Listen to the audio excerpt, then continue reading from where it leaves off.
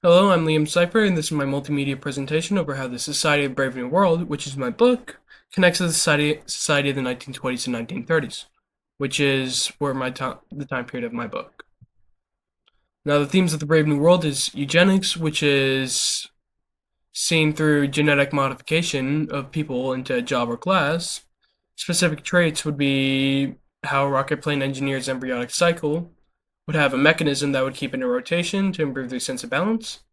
And a specific trait of class would be how lower classes were made weaker through restriction of oxygen to keep the embryo below par.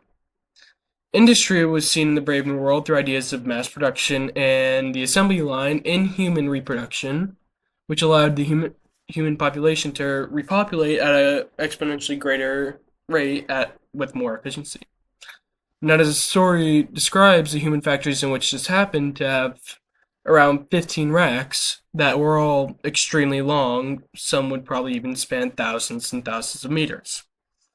The story also expresses the assembly line through tests and processes that happen throughout the entirety of the conveyor or rack. An example of this would be how after every 12th meter, from meter 0 to 2400, 2040, a substance would be added as a nutrient into the embryo. Now, consumerism was expressed in Brave New World through our ideas of excess and self indulgence. Happiness through excess is seen in clothes and how society only accepts new clothes while throwing out old or slightly tattered clothes.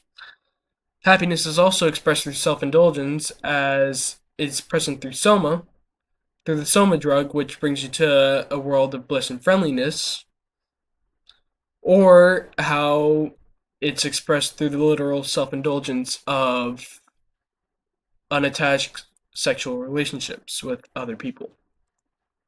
Now, these themes are also present in the 1920s and 1930s, as eugenics was a very present study in the 1920s and 30s, with the idea of creating the ideal human being. Now, no scientific research was done with this, but there were public experiments like family fitter fairs where families competed for prizes in local county fairs, almost how livestock would be judged for confirmation of physical dexterity. And also how eugenics was used as a recommendation to people, as it was encouraged or forced among those with less desirable traits to be sterilized. Industry was also booming during the 1920s and 30s, and a great example of the industry boom was Ford Motor Company's mass production of the Model T car, in which they also created the assembly line for, where the use of the moving assembly line allowed the work to be taken to the worker rather than the workers moving to the work. Now, consumerism is also an important part of this, as it was a byproduct of the industry. The whole societal practice was defined with the cardinal features of this culture being the acquisition and the consumption as a means to happiness, the cult of the new, and the democratization of desire. Basically, happiness through consumption and acquisition of material gain. Now, connections in eugenics is that although they may be different processes, like how Brave New World was genetic eugenics, while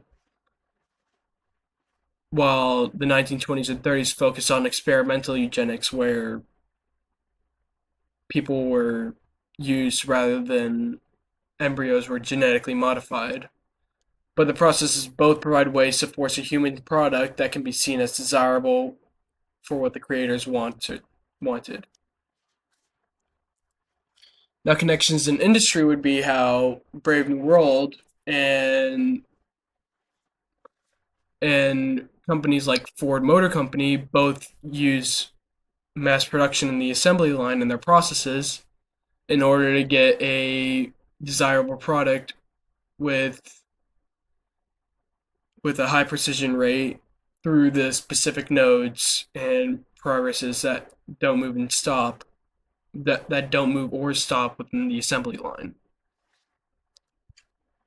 And connections in consumerism is that Brave New World expressed the acquisition of happiness through materials or clothes, or physical means, as we previously stated, while consumerism in the 1920s and 30s was explicitly described as the acquisition of happiness through the acquisition and consumption of worldly desires, like clothes, drugs, and sex.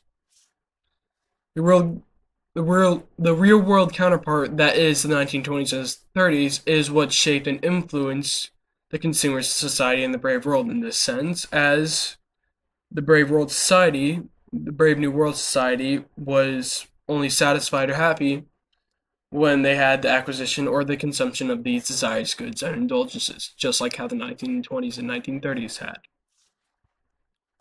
These are my sources, my works cited, and thank you.